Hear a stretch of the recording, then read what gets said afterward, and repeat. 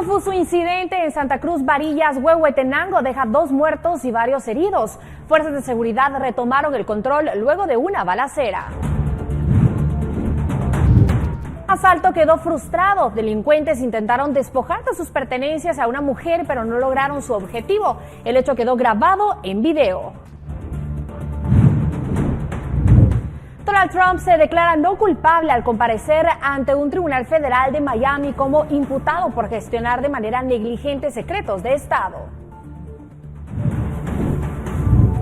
En este 13 de junio, fieles católicos festejan a San Antonio de Padua, reconocido por una serie de milagros y las causas perdidas.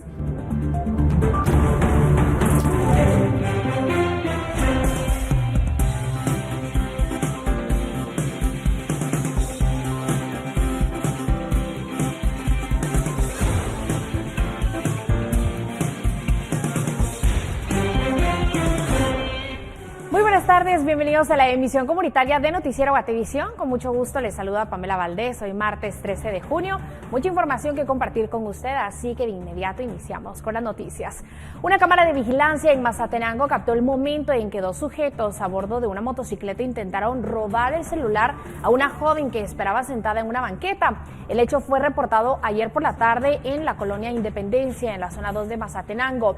En el video se observa cómo la joven está distraída usando el celular en una banqueta cuando 2 individuos se acercan en una motocicleta y el copiloto falla al intentar arrebatarle el teléfono. Segundos después, la joven corre hacia una vivienda mientras los malhechores huyen con rumbo desconocido.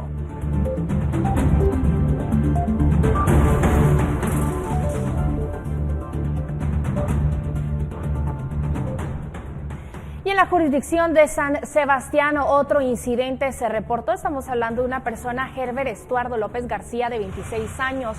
Esta persona falleció esta madrugada en el kilómetro 179 de la ruta CA2 en la jurisdicción de San Sebastián Retaluleu, luego de ser arrollado por un vehículo. En el lugar se observaba el cuerpo del motorista a 5 metros de la motocicleta, que quedó destruida por el fuerte impacto. Bomberos municipales departamentales de Santa Cruz Mulúa, alertados por otros pilotos, acudieron para brindarle primeros auxilios, pero López ya había fallecido por el trauma de cráneo y exposición de masa encefálica. Familiares identificaron al motorista e indicaron a la PNC que residía en la comunidad Siglo I en Santa Cruz Mulúa, a 3 kilómetros de donde ocurrió el percance.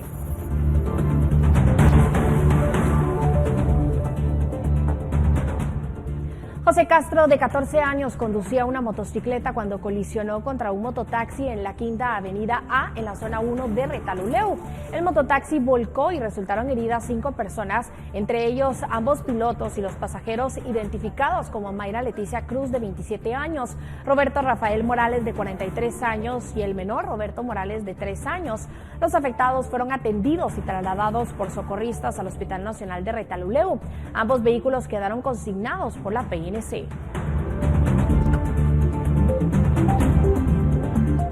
En el callejón La Azotea, en Antigua Guatemala, se produjo un ataque armado en contra de Ludin Adonis González Orozco, de 41 años. Según los bomberos voluntarios, el ataque armado ocurrió a las 13 horas. Varias llamadas de los vecinos indicaban de una persona herida por impactos de bala. Al llegar al lugar, el hombre ya había fallecido producto de los 7 disparos que presentaba en el cuerpo.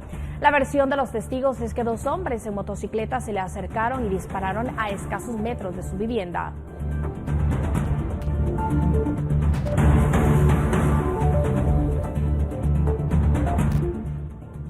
Dos mujeres fueron captadas robando dentro de un comercio que se dedica a vender ropa en el centro comercial Santa Clara, en Villanueva.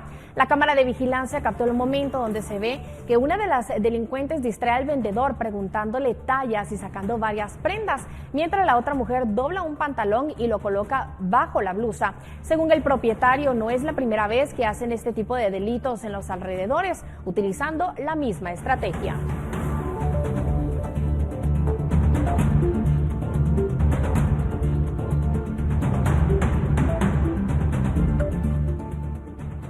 Usuarios en las redes sociales informaron este martes que un bovino se encontraba caminando sobre la cinta asfáltica en el kilómetro 9.5 de la carretera al Atlántico. Según quienes informaron, el animal está en buen estado, por lo que creen que se haya escapado de algún camión que transportaba bovinos o de alguna granja que esté en el sector.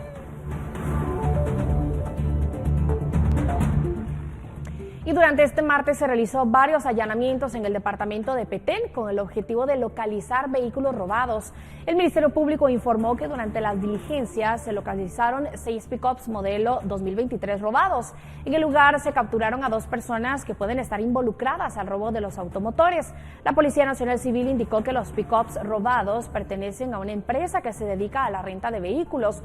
Agregaron que según los encargados de la empresa, los delincuentes rentaron los 6 pick-ups el viernes último y ya no los devolvieron. Sin embargo, a través del GPS fueron ubicados.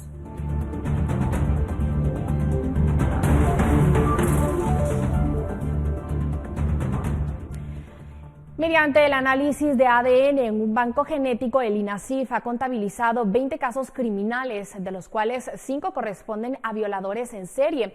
¿Cómo se ha dado con estos hallazgos? Conozcamos los detalles en la siguiente nota.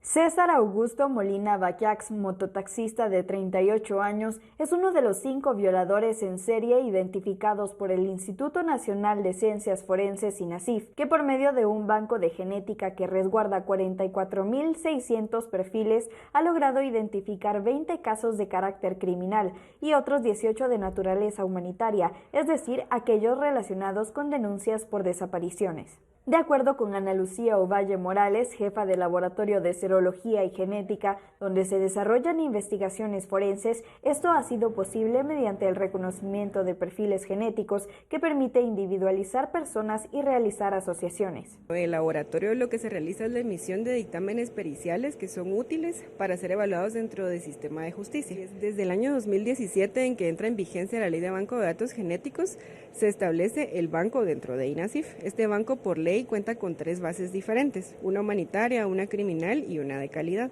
En la base de datos criminal básicamente tenemos todos esos perfiles genéticos que se recolectan dentro del contexto de una investigación penal. En el caso de la base de datos humanitaria podemos poner, por ejemplo, todas las muestras que se toman a familiares dentro del contexto de denuncias por Isabel Claudina. Para el análisis del ADN se llevan a cabo 4 pasos principales.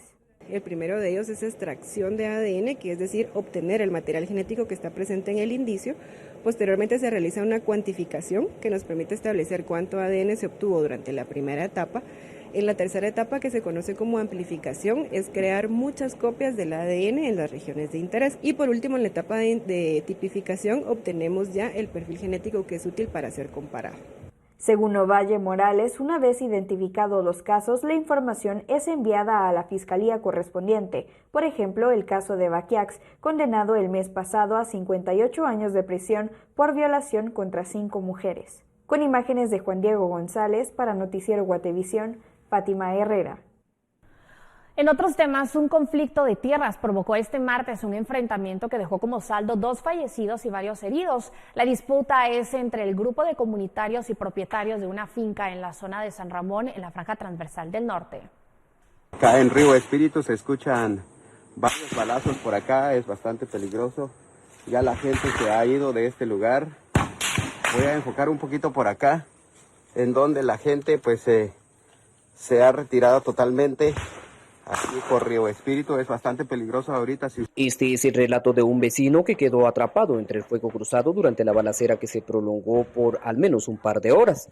Autoridades de gobernación confirmaron el enfrentamiento con armas de alto poder entre propietarios de la finca Rancho Emilia con personas originarias de la comunidad Cumatz con Varillas Huehuetenango. El motivo sería por la disputa de terrenos que mantienen desde hace años en la zona de la franja transversal del norte. En el hecho quedó herido Juan Carlos Calderón, de 50 años, por lo que fue llevado a un centro asistencial, mientras que su hijo Carlos falleció luego de haber sido alcanzado por las balas. Uno de los guardaespaldas sería la otra víctima mortal del enfrentamiento, que habría dejado múltiples heridos. Está dando esta pelea de terreno.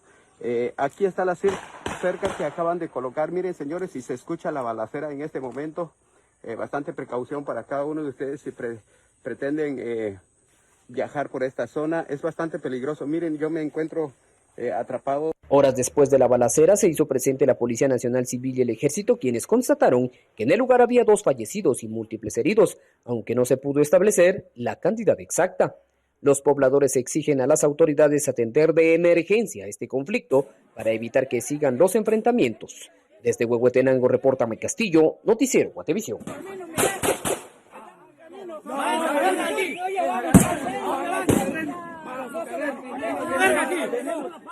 Pues ya estamos acá en el puente de San Ramón y aquí estamos observando que estos señores, nietos o hijos de don Vico Herrera, pues estamos viendo, mire cómo está disparando a nuestra gente. Pues nosotros no tenemos ninguna arma, todos traemos nuestra Maccabi para fumigar nuestro trabajo.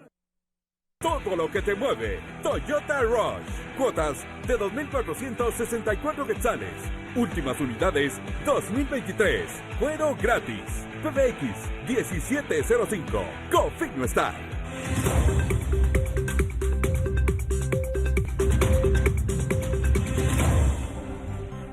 En noticias internacionales, el expresidente de Estados Unidos, Donald Trump, favorito para ser el candidato republicano a la Casa Blanca en 2024, se declaró no culpable este martes al comparecer ante un tribunal federal de Miami como imputado por gestionar de manera negligente secretos de Estado.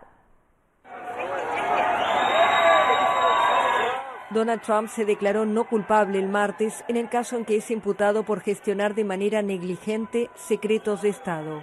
El expresidente llegó al Tribunal Federal de Miami entre fuertes medidas de seguridad. La Fiscalía lo acusa de haber conservado documentos confidenciales tras abandonar la Casa Blanca, en los que figuraba información secreta sobre armas nucleares. Un juez federal le leyó los 37 cargos que le imputa, entre ellos los de retención ilegal de información relacionada con la seguridad nacional, obstrucción a la justicia y falso testimonio. Poco después, el exmandatario abandonó el juzgado. En un mensaje en su plataforma Truth Social, Trump señaló que es víctima de una caza de brujas, algo ratificado por su abogada. En los últimos años hemos visto el incremento de fiscales con motivaciones políticas a los que no les importa la imparcialidad, las garantías del debido proceso ni la igualdad de las leyes. Han estado cultivando silenciosa pero agresivamente un sistema de justicia de dos niveles, en el que el trato selectivo es la norma.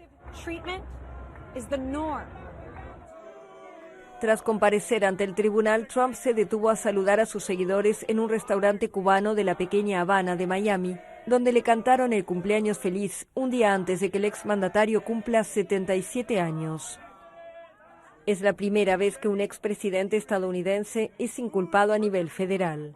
Trump considera este caso como una maniobra política de los demócratas para obstaculizar su candidatura presidencial para las elecciones de 2024.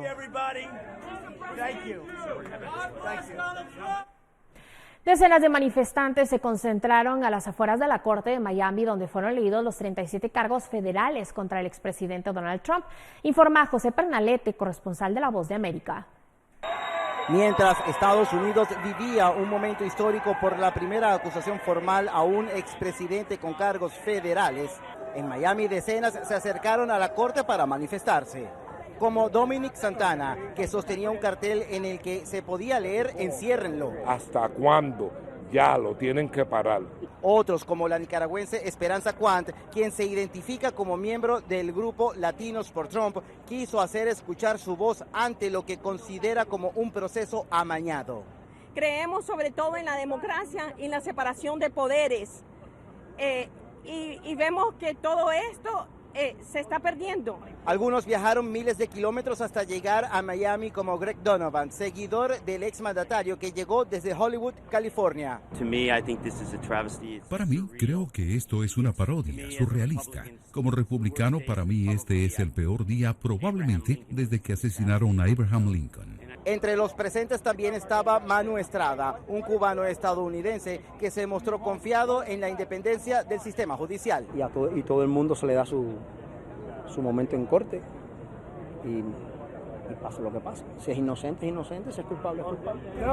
We're going behind the line. Las manifestaciones fueron interrumpidas por la policía, que acordonó el área debido a una amenaza de un supuesto objeto sospechoso. La situación fue resuelta sin incidentes. Las autoridades, sin embargo, mantuvieron un operativo especial para evitar enfrentamientos y garantizar la seguridad. José Pernalete, Voz de América, Miami. El gobierno del presidente estadounidense Joe Biden extendió por 18 meses el amparo migratorio conocido como Estatus de Protección Temporal, TPS, que protege a migrantes de El Salvador, Honduras, Nicaragua y Nepal, revirtiendo así una decisión de su predecesor republicano Donald Trump. La ampliación permitirá a unos 239,000 beneficiarios salvadoreños, 76,000 hondureños, 4,000 nicaragüenses registrarse de nuevo para continuar con las ventajas del TPS que impiden que sean deportados y les da acceso a un permiso de trabajo. El programa fue establecido por el Congreso para ciudadanos extranjeros que no pueden regresar de manera segura a su país debido a desastres naturales, conflictos armados u otras condiciones extraordinarias. Para cumplir con las órdenes judiciales, el gobierno de Biden extendió la validez de la documentación hasta el 30 de junio de 2024 y ahora revierte la decisión de la administración anterior.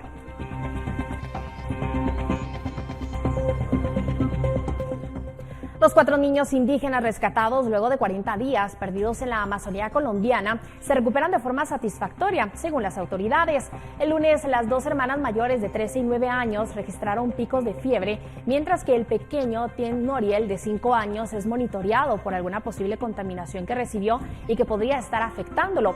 Los 4 niños, entre ellos una bebé de 1 año, fueron encontrados por rescatistas, militares e indígenas en la tarde del viernes. Presentaban bajo peso y deshidratación en medio de la selva del sur del país, donde se cayó la avioneta en la que viajaban el 1 de mayo junto a su madre y otros 2 adultos que murieron en el accidente. Las autoridades estiman que deberán estar de 2 a 3 semanas hospitalizados para recuperarse.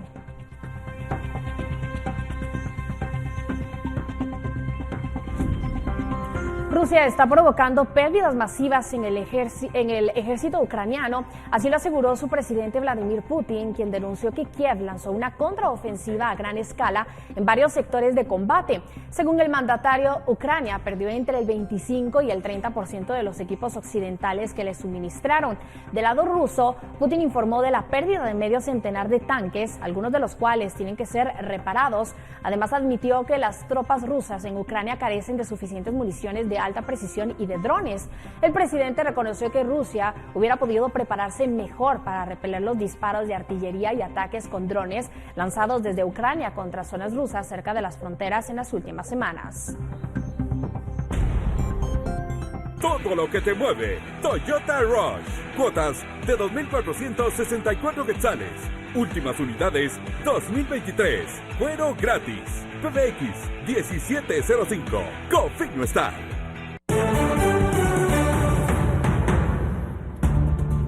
Alertan por llegada de polvo del Sahara. Además, abren nuevamente el centro de hisopados de COVID-19 por nueva ola de contagios. Ya volvemos.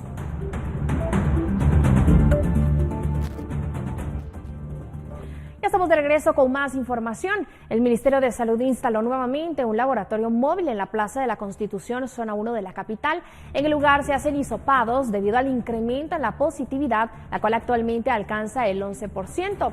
Se cree que el aumento de casos es por la nueva subvariante de Omicron XBB.1.16, la cual es altamente transmisible según la cartera. Especialistas aseguran que la subvariante no causa una enfermedad grave ni mayor mortalidad que la de otros sublinajes de Omicron. El puesto estará disponible de lunes a domingo de 8 a 14 horas.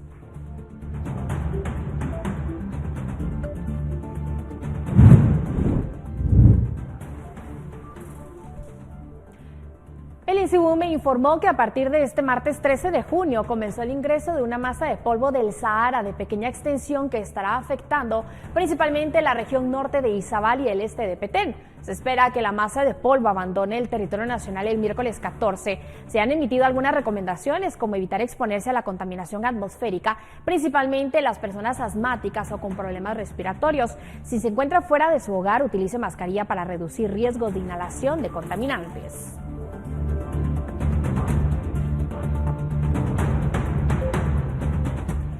En otra información, Defensa de Virginia La Parra detalla que luego de una denuncia interpuesta, la resolución del Grupo de Trabajo sobre Detención Arbitraria de Naciones Unidas resolvió que su detención es arbitraria y contraria al derecho internacional, por lo que ella debe recuperar su libertad. La defensa de Virginia La Parra, la exfiscal de la FESI, informó que el grupo de trabajo sobre la detención arbitraria de las Naciones Unidas exhortó al Estado de Guatemala a que deje en libertad a la abogada. La Parra actualmente cumple una condena de 4 años conmutables por abuso de autoridad en forma continuada y enfrenta un segundo proceso penal en Quetzaltenango. Aseguran que el ente resolvió que su detención es arbitraria y contraria a derecho internacional. Esto es el resultado de un proceso contradictorio en el que el Estado tuvo la oportunidad de desvanecer la denuncia que presentó Virginia La Parra a través del grupo de trabajo de detenciones arbitrarias y después de ese procedimiento pues fue vencido el Estado y fue demostrado ante instancias internacionales que la detención de Virginia La Parra es ilegal. Por lo tanto, no solo se ordena la libertad de Virginia La Parra, el grupo de trabajo le exige al Estado la libertad de Virginia La Parra, sino también recomienda que se inicien investigaciones en contra de las personas que puedan ser responsables de esta violación de derechos humanos. Según el grupo de trabajo sobre la detención arbitraria de las Naciones Unidas, existen 2 razones para tal resolución. Encontró que era imposible determinar que existiera base legal alguna por la detención de Virginia La Parra. Evidenciaron que Virginia La Parra está detenida por ejercer su derecho de defensa. La Parra, que está presa desde el 23 de febrero de 2022 y fue sentenciada el 16 de diciembre de ese año, ha buscado demostrar su inocencia a lo largo de estos 16 meses en los que han accionado internacionalmente. Ante esta resolución, la defensa asegura que debería ser el MP que de oficio comience con las investigaciones. Sin embargo, ellos también accionarán. Se va a solicitar ante la Cámara Penal de la Corte Suprema de Justicia la revisión de las medidas, dado que está conociendo la casación. Ahí hay un tema particular porque solo la Procuraduría General de la Nación interpuso casación. Con imágenes de María José Bonilla, reportó Andrea Domínguez. 5 horas después que el grupo de trabajo sobre la detención arbitraria del Consejo de Derechos Humanos de Naciones Unidas se refiriera a la detención de la exfiscal Virginia La Parra, el gobierno de Guatemala reacciona. El canciller Mario Búcaro y Ramiro Contreras de la Comisión Presidencial por la Paz y los Derechos Humanos detallaron que harán consultas a instituciones y en diciembre reportarán avances en el caso. El Estado de Guatemala es respetuoso del derecho internacional y respetuoso también de la promoción y respeto a los derechos humanos. Es fundamental para nosotros garantizar la independencia de poderes y por eso cumpliremos con el procedimiento establecido que hicimos al inicio de este caso, pero dejar muy claro a la población guatemalteca que esta no es una opinión, primero, ni vinculante para el Estado, segundo también, que es una opinión hecha por expertos independientes también que se han nombrado en la Comisión de las Naciones Unidas para poder llevar a cabo este procedimiento y que tomamos nota de estas recomendaciones y haremos lo propio para que continúe el trámite correspondiente. El abogado Juan Francisco Solórzano Fopa y Justino Brito Torres deben pagar reparación digna. Así lo ordenó este martes un juez luego de haber sido condenados a aceptar cargos. Los abogados Juan Francisco Solórzano Fopa y Justino Brito Torres deben pagar reparación digna luego de haber aceptado usar un documento falso durante la defensa de José Rubén Zamora del periódico. El juez séptimo penal Freddy Orellana este martes resolvió que Solórzano Fopa y Brito Torres deben de transferir a entidades benéficas 40,000 y 10,000 quetzales como parte del resarcimiento por los daños causados.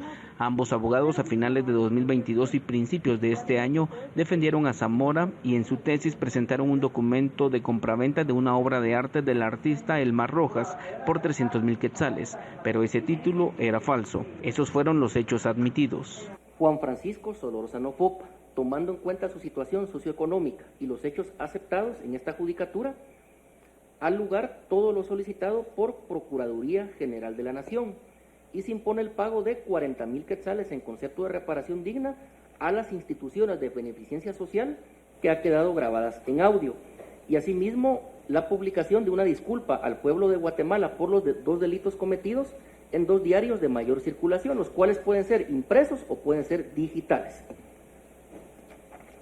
En cuanto al señor sindicado Justino Brito Torres, tomando en cuenta su situación económica, esa reparación digna solicitada por PGN ha lugar parcialmente, y en este caso la reparación digna que deberá de pagar es de 10,000 quetzales. El juez en audiencia no desaprovechó la oportunidad para alusiones a la prensa. Ese debería ser el titular de mañana, que el señor Solórzano Popa reconoció que el documento contenía irregularidades. Resulta que ahora, según lo que aceptó voluntariamente y lo cual se respeta, el señor Solórzano Popa, esa narrativa era falsa. Todos los que pensaban o los que escribieron que esos 300,000 quetzales tenían un origen lícito porque eran de una compraventa de arte, mintieron o estaban engañados. Lo ético sería que ahora rectifiquen. Los abogados no podrán salir de prisión hasta que paguen la reparación digna. Con imágenes de Esvin García, reportó Edwin Pitán.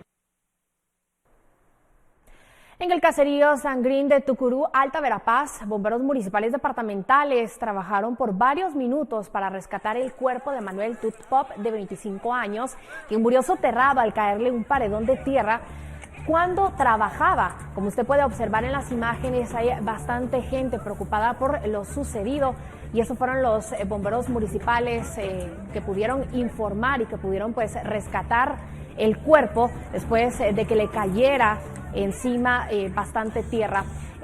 Los bomberos pues también informaron que al momento de querer rescatar el cuerpo ya no contaba con signos vitales y se procedió con el rescate del cuerpo y evitar los riesgos de que siguiera cayendo parte del paredón. Este hecho resultó en heridas pues 2 personas más.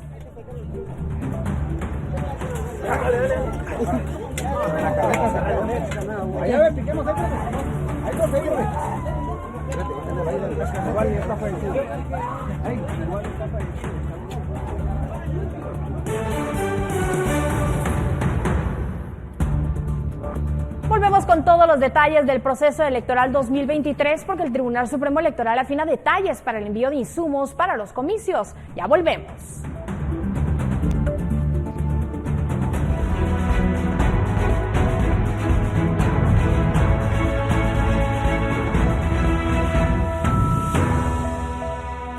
Ya estamos de regreso con más información. Y en temas electorales, a pesar de constituir casi la mitad de la población, los pueblos indígenas son una de las comunidades más marginadas por los gobiernos que elegimos cada 4 años. Hoy visitamos un instituto de educación intercultural para dialogar con jóvenes mayas sobre las elecciones y esto es lo que nos dijeron.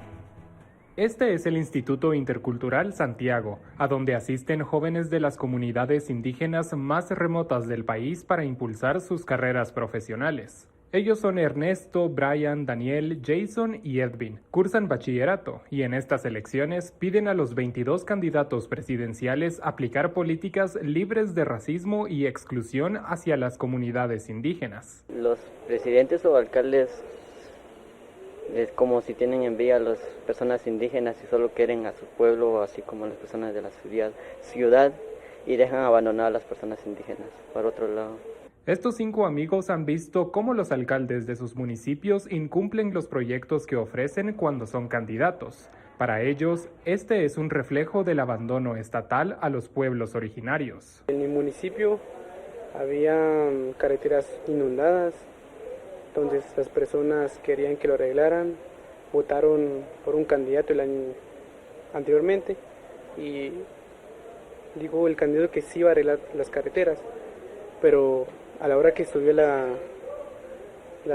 candidatura no hizo nada. Allá en mi comunidad, porque soy de una aldea, él prometió agua potable. Bueno, sí cumplió, hizo unos tanques, pero hoy en la actualidad ya no sirven, solo sirvían como 15 días nomás. Este 25 de junio saldrán a las urnas para revertir ese racismo que encuentran entre los funcionarios. Las comunidades son las únicas que están marginadas. En cambio, en las ciudades diríamos que hay un poco de desarrollo, pero para que la nación se desarrolle, o sea, súper desarrollado, es necesario que todos tengan una vivienda, comida y todo eso. En Guatemala somos todos, estamos incluidos los pueblos indígenas, la nación en general, y obviamente los pueblos indígenas son una parte de los que dan apoyo o sea, el poder al presidente en este caso. Y no sería bueno dejar olvidado a ese pueblo sabiendo que ellos fueron los que le dieron el poder. Los acuerdos de paz establecen que en Guatemala conviven 4 grandes pueblos: el maya, conformado por 22 comunidades lingüísticas, el garífuna, el xinca y el ladino o mestizo. Según la CEPAL, una agencia de la ONU, un guatemalteco indígena gana, en promedio al mes, 1,000 quetzales menos que un ladino. Con imágenes de Carlos Hernández para Noticiero Guatevisión, Carlos Kessler. Tensa calma se percibe en el municipio de Iztapa a pocos días que se realicen las elecciones generales. Esto debido a los antecedentes de violencia que se suscitaron en las pasadas elecciones y que los vecinos esperan que las autoridades pongan un orden para que esto no se vuelva a dar. Como parte de la prevención de disturbios en las elecciones, autoridades realizaron este día en Iztapa la Mesa de Seguridad Electoral. En la intervención de las autoridades resaltaron las acciones a tomar el 25 de junio y cuando finalizó esta reunión, los candidatos firmaron el acta de no agresión. Que se respete el bien común, que se respete el derecho al voto, que se llamen a las personas a votar y proteger la vida de las personas, independientemente cuál sea la situación. No queremos agarrar a 2 pelones que anden bien armados ese día y conducirlos. Recuérdense que ese día está prohibida la aportación de armas. Por su parte, integrantes de la Junta Electoral Municipal de Iztapa piden a los vecinos a confiar en el trabajo que este ente realiza para garantizar la transparencia en las elecciones. Que puedan emitir su voto confiablemente, ya que nuestras autoridades nos van a brindar la seguridad sobre cada miembro de la Junta Electoral y también así como el ciudadano iztapeño que puede acercarse. Yo les hago el llamado para que ellos puedan venir y poder ejercer su voto, de que estas elecciones van a ser lo más transparente que nosotros podamos trabajar como Junta. En tanto, vecinos esperan que las autoridades garanticen la seguridad en los comicios. Se pongan de acuerdo y que todo salga bien, porque así la gente va a andar más tranquila decidiendo a su alcalde y que le toque el de la suerte, que Dios disponga. Esa es la realidad y que todo esté en paz. Para Guatevisión, Carlos Paredes. Las mesas electorales en San Antonio y Lotenango Quiché no han sido cubiertas en su totalidad. Esto porque existe temor entre las personas por los disturbios que se registraron en la pasada elección en ese municipio. La Junta Electoral Municipal de San Antonio y Lotenango Quiché dio a conocer que fue dificultoso integrar las mesas electorales en ese municipio. Las mismas se integraron con personas del municipio y de la cabecera departamental. Muchos externaron su preocupación por la seguridad en las próximas elecciones. El presidente de la Junta aseguró que están en un 90% integradas. Así es, pues a toda la población, en este caso, pues ese es el desafío que tuvimos. La verdad que convocar a las juntas receptoras de votos fue un desafío, se complicó, pero igual, a Dios gracias, ya tenemos a la mayoría, estamos en un avance del 90%, pero también seguimos a las convocatorias, los que quieran ser integrantes. Según el presidente de la Junta Electoral Departamental, persiste el recuerdo de los violentos disturbios en la pasada elección en ese municipio, en donde los integrantes de las mesas electorales salieron huyendo en medio de los disturbios. En algunos casos se escondieron las cajas electorales en los techos de las casas para que no fueran destruidas por los inconformes. Aseguró que ya coordinaron más seguridad para el día de las elecciones. Eso es lo que también ha perjudicado un poco. Sin embargo, pues ya las personas están tomando confianza, llamémosle así, como para ya poder integrar las juntas receptoras. Y sí, ya está como que ya ellos ya están tomando ya confianza. Para Noticiero Guatevisión reportó Héctor Cordero.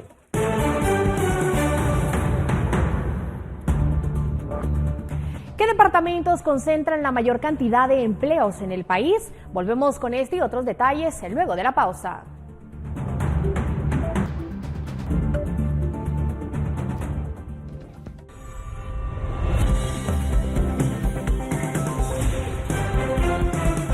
El amor de un padre es incalculable. Honramos su amor incondicional y protección sobre cualquier circunstancia. Gracias, papá, por todo tu esfuerzo. CFS, Corredores de Seguros. Presenta. Ya estamos de vuelta y es momento de conocer lo que nuestros televidentes nos han compartido a través de WhatsApp. Recuerde que usted también puede enviarnos sus mensajes o denuncias para Guate Reporta al 4003-3859. Marta Gilda se reportó de la ciudad capital y nos envió el video que muestra el calvario que viven usuarios que esperan los buses articulados en la estación Calvario en zona 1 de la ciudad de Guatemala. El mensaje da cuenta que los usuarios esperan por más de una hora por uno de los buses.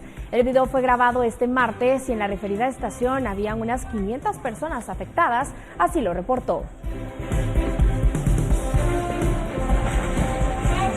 Damos paso a la denuncia sobre la supuesta quema de neumáticos cerca del río Samalá, una acción que genera una fuerte contaminación ambiental. Estamos ahí por el río Samalá, una tremenda contaminación ahí, quemando neumáticos ahí las personas.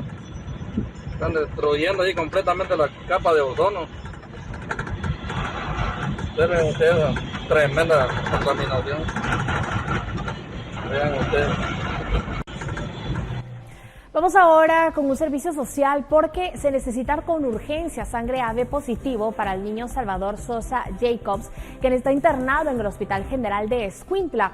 Donadores, por favor, presentarse al hospital o contactar al teléfono 4440-0085, 4440-0085. Su familia se lo agradecerá.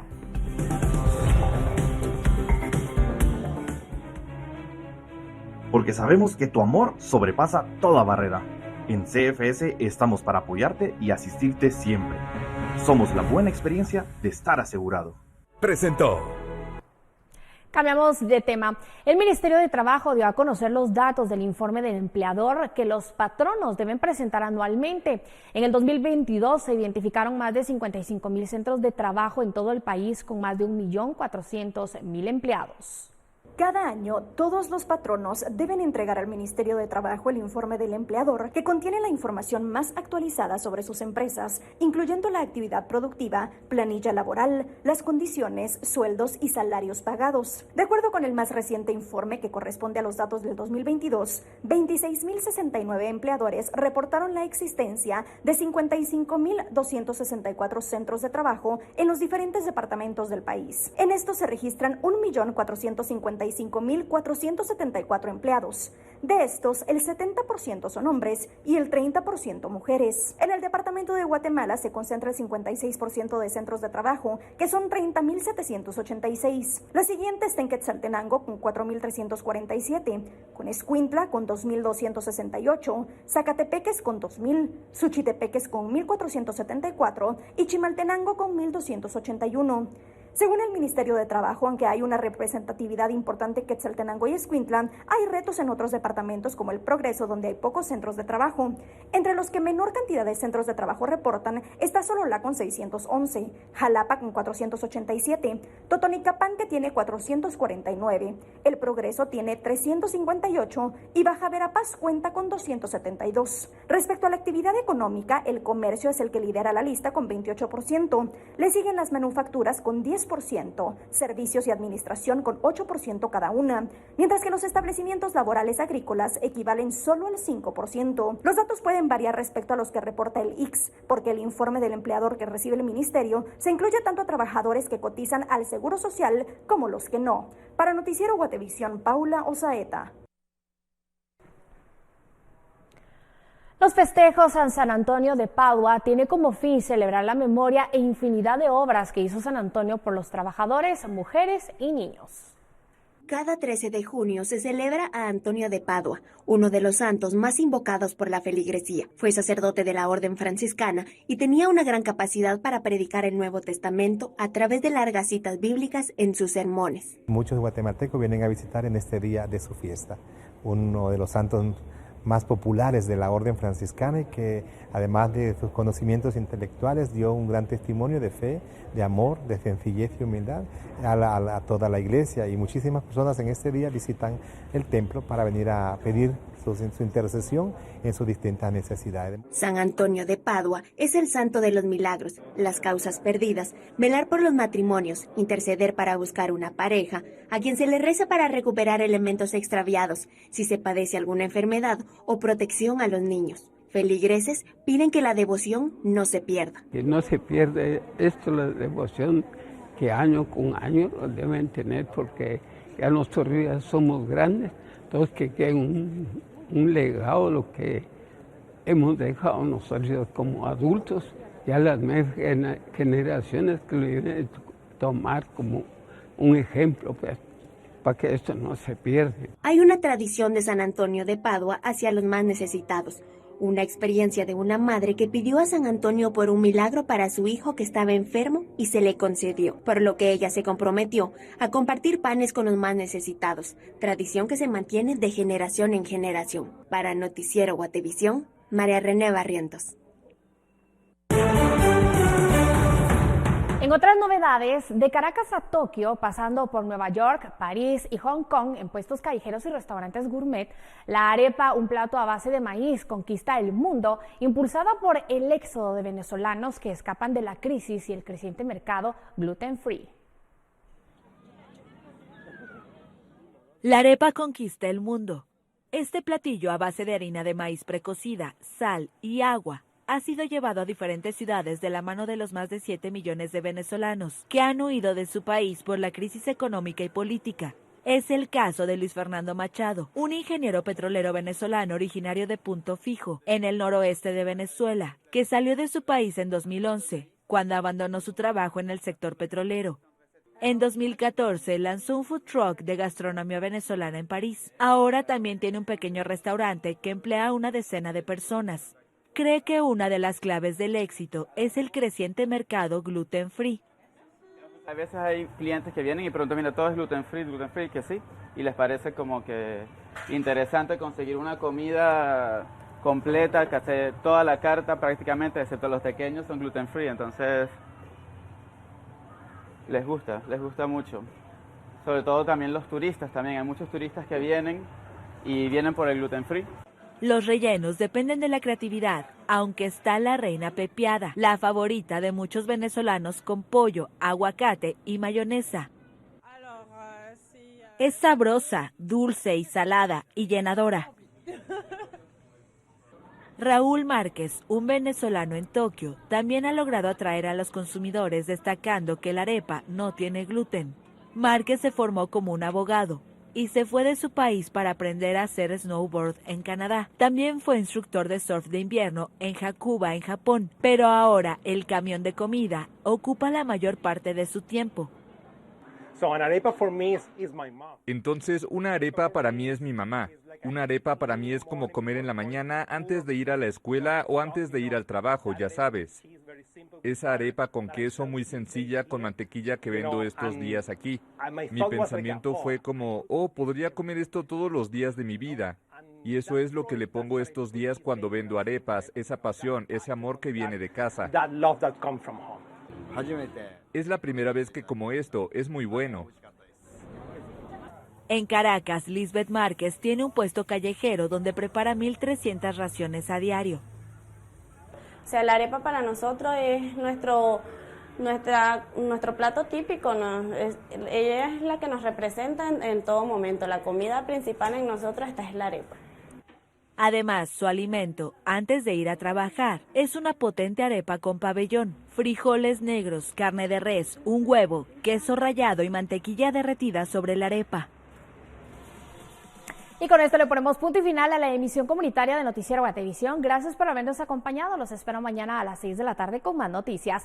Nos despedimos con estas imágenes. Se trata de este video divertido que muestra a un orangután haciendo señales con las manos para pedirle a un visitante que le dé algunos dulces. Amber, el mono del zoológico de Louisville, vio a una mujer llamada Taylor y comenzó a señalar su mochila. Luego el orangután usó sus manos para darle instrucciones a través del vidrio en el zoológico de Kentucky, Estados Unidos.